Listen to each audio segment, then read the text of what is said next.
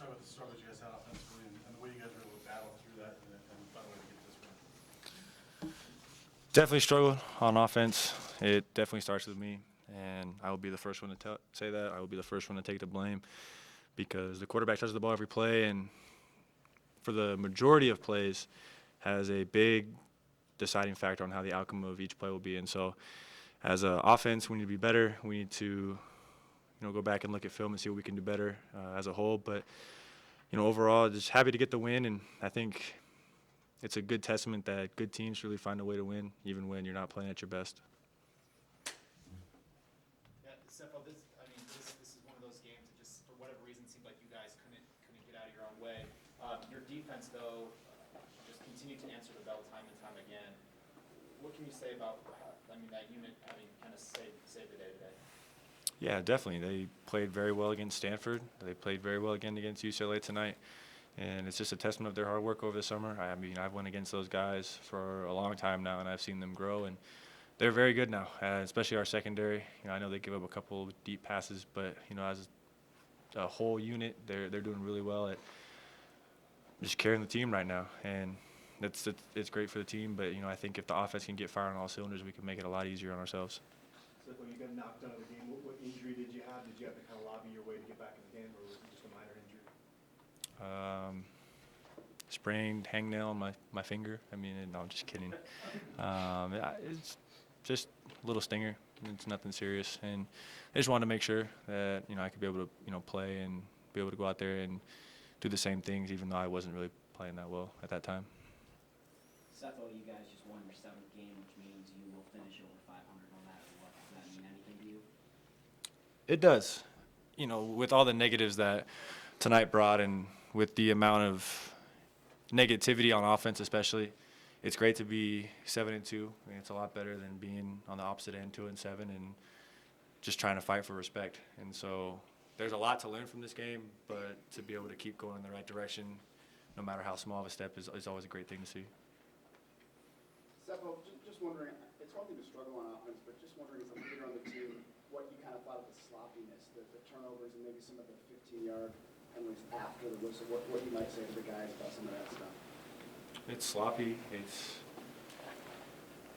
If you want to be a Pac-12 championship team, you can't be doing that stuff. And I had a couple times too where I kind of got heated because people were doing extracurricular things underneath the pile, and that's unacceptable as well. And I'll be the first to admit it. And so, as a group, as a team, we can't let other people get underneath our skin, because ultimately we'll just end up hurting ourselves and hurting our chances. Sefo, there was a drive there in that third quarter where the face mask penalty was called on you, and it looked like you looked right at the ref and screamed at him, and he didn't even throw the flag. At that point, were you just going to march it down the field no matter what? I shouldn't have turned around mid-play. I don't know what I was doing.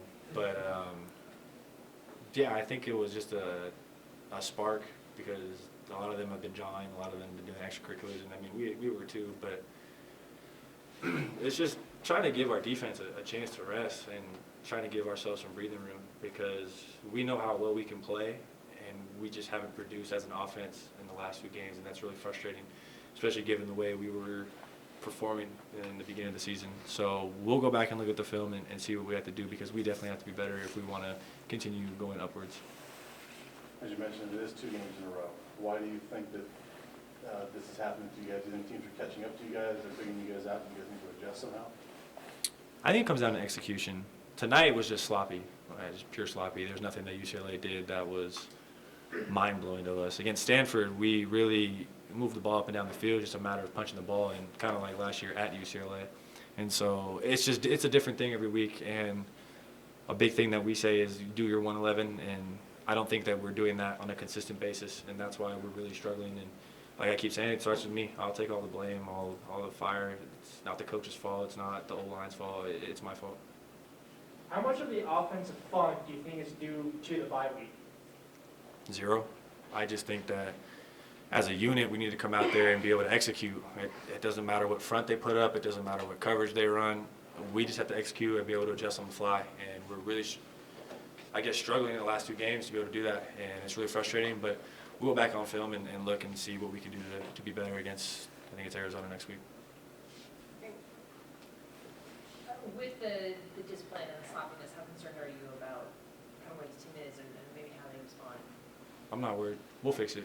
I'll fix it, one of the captains will fix it, because we will not let this season be taken away from us, from our own harm, from our own misdoing. And so we'll fix it starting tomorrow, because it's unacceptable as captains to have that on your team. It's unacceptable for captains to be doing it, and so we'll definitely fix it tomorrow.